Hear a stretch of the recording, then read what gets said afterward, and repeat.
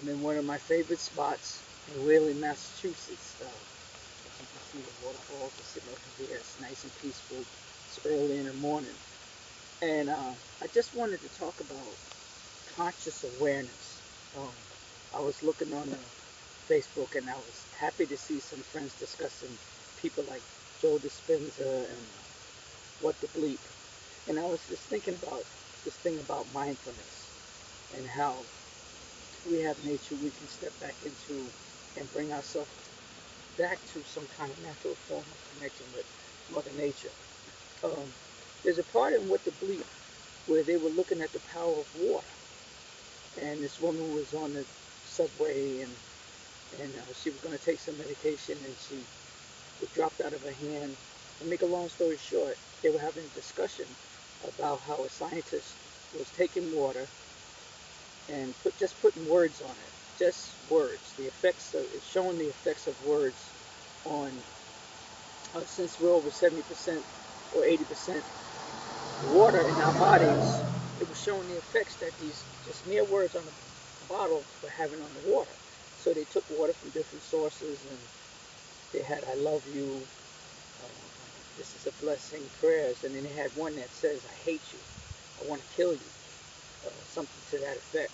And they froze it and measured it, and then they took a look at it in a microscope, and they can see the water crystals were beautiful when they had statements like "I love you," "I care about you," and then the one that said "I hate you," "I want to kill you," was brown and brackish. And that was interesting because as I look at my life and I started looking at the way I grew up, and most of us, we had a lot of fun when we were young. We were playing tag, Ring Alivio, and we were happy.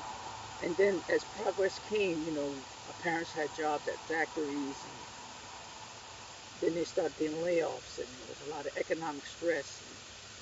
And then we started treating each other more harshly. And by the age of 16, um, I was I was sick all the time. I didn't feel good about myself. We can call it what we want. Anxious most of the time. Some of it was natural, just growing through teen years, feeling inadequate. Your body's growing. So I always felt less than, not as skilled. I can't jump as high as this person. I can't shoot the basketball as well as that person. I'm not as smart as that person. And these things started collecting in my body, and it started breaking down. And I ended up in the hospital with these immune system diseases that, you know, people haven't had in a while. But my body wasn't fighting off infections. And I think it had a lot to do with the way I was talked to and put down and called names and bullying and stuff like that.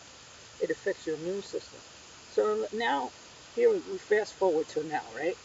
And I'm studying all these people like Joe Dispenza and how the mind works, and I'm getting a hold of this. And I'm starting to stop poisoning my body with all kinds of chemicals. I don't smoke, I don't drink, I don't none of that. And I start getting back to a better way of living.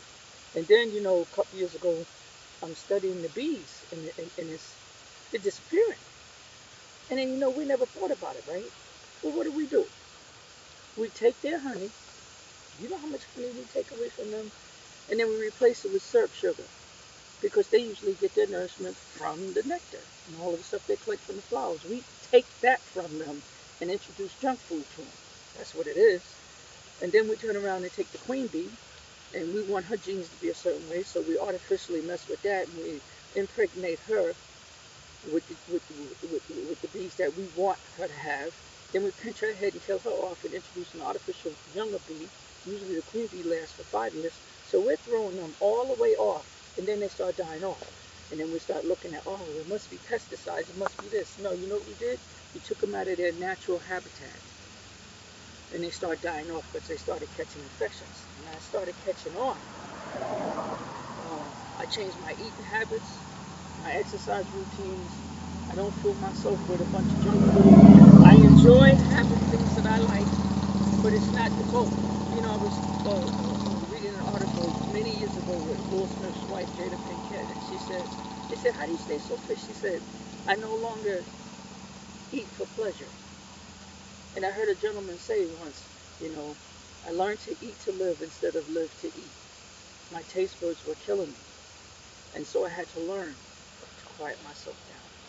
You know, after 8 in the morning, it's not that early for people. I'm going to finish this video.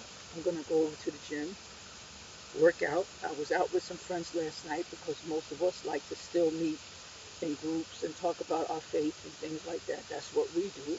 I like that. I like Michael Beckwith. I like T.D. Jakes. I like people who talk spiritual things. I like Marianne Williamson. I like Joe Dispenza. I like understanding this one statement here. And I'm going to leave you with this, that I always remember that I have everything that I need to enjoy my here and now, unless I am letting my consciousness be dominated by demands and expectations which are based on the dead past or the imagined future. I have everything I need, and I open myself genuinely to all people by being willing to fully communicate my deepest feelings, since hiding in any degree keeps me stuck in my illusion of being separate from you. And last but not least, I always say that when I have a hard time with people, I just remember that I act freely when I'm tuned in, centered, and loving. But if possible, I'm human. I will avoid acting when I am emotionally upset and depriving myself of the wisdom that flows from love and expanded consciousness. Now, I just had my family up here, and I enjoyed myself fully. But I know my wife, who is meant for me, is a very loving person, very open and loving, likes to kiss and hug.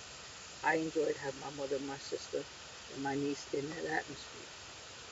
And I learned how to do that with them more by watching my life. And we all enjoy each other's company. And I'm trying to share this video with you just from my heart. Much love, peace, and richest blessings.